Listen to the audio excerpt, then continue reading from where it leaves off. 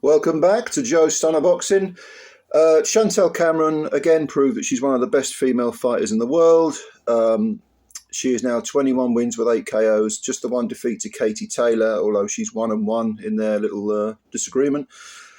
Yeah, 34 years old, so she's not getting any younger, but to be honest, she's never boxed better. And she looked great against Jessica Camara, winning a unanimous decision over 10 rounds. I gave Jessica, I think, 1 round, which I think was the same as 1 or 2 of the proper judges, but it was a wide decision. And it was simply a case of she was just better. I mean, in every respect. Jessica Camara came in with 14 wins and 4 defeats. This is her 5th defeat. She has been stopped twice, but I don't know how, because this is a very game girl who's, you know, going to hang tough. She's from Montreal. She's older than Chantelle by 3 years, so she's 37. And she was coming off a technical draw after 3 rounds with Caroline Dubois when there was a cut over Camara's eye from a head clash.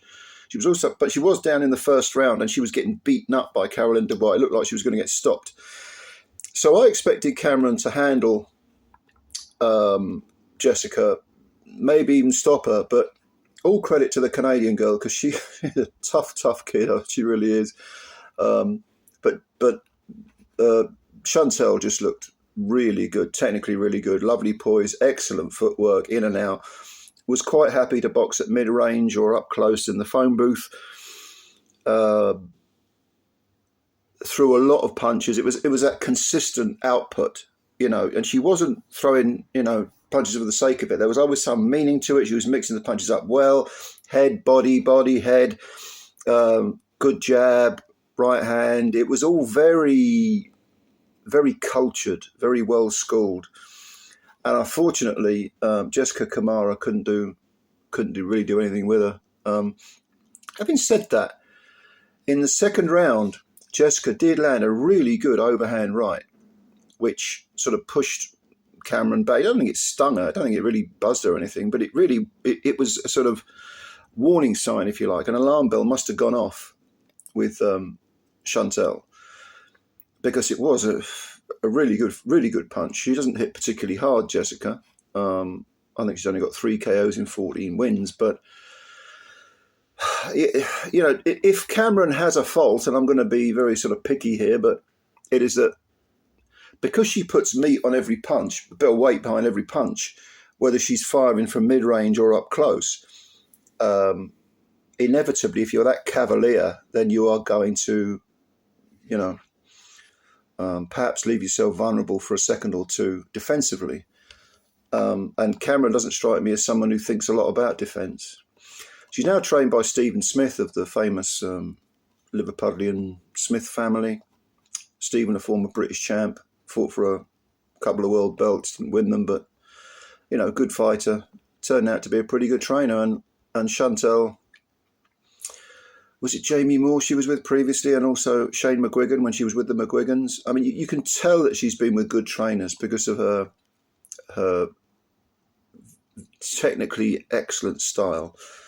And after that second round, I mean, she kind of took over. There were no other moments of success for Jessica, not really, but she hung tough. But Cameron was sort of going through the gears a bit, not going outrageous, not getting any silly ideas, not really getting greedy, just this constant, you know, excellent punch picking. And like I say, she used her feet so well, in and out.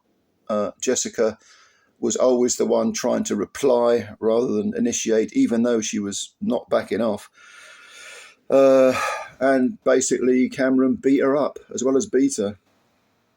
The doctor had a look at Jessica between rounds, 7th and 8th, I think, and said, "Go on and off you go." But Jessica was wearing the sort of war wounds on her face, you know, swellings, welts, and so on.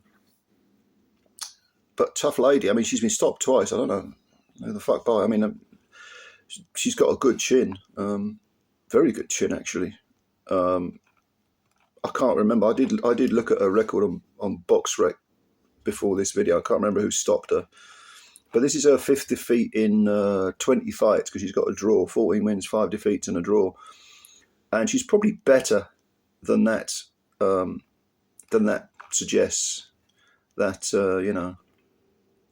that record suggests, I think.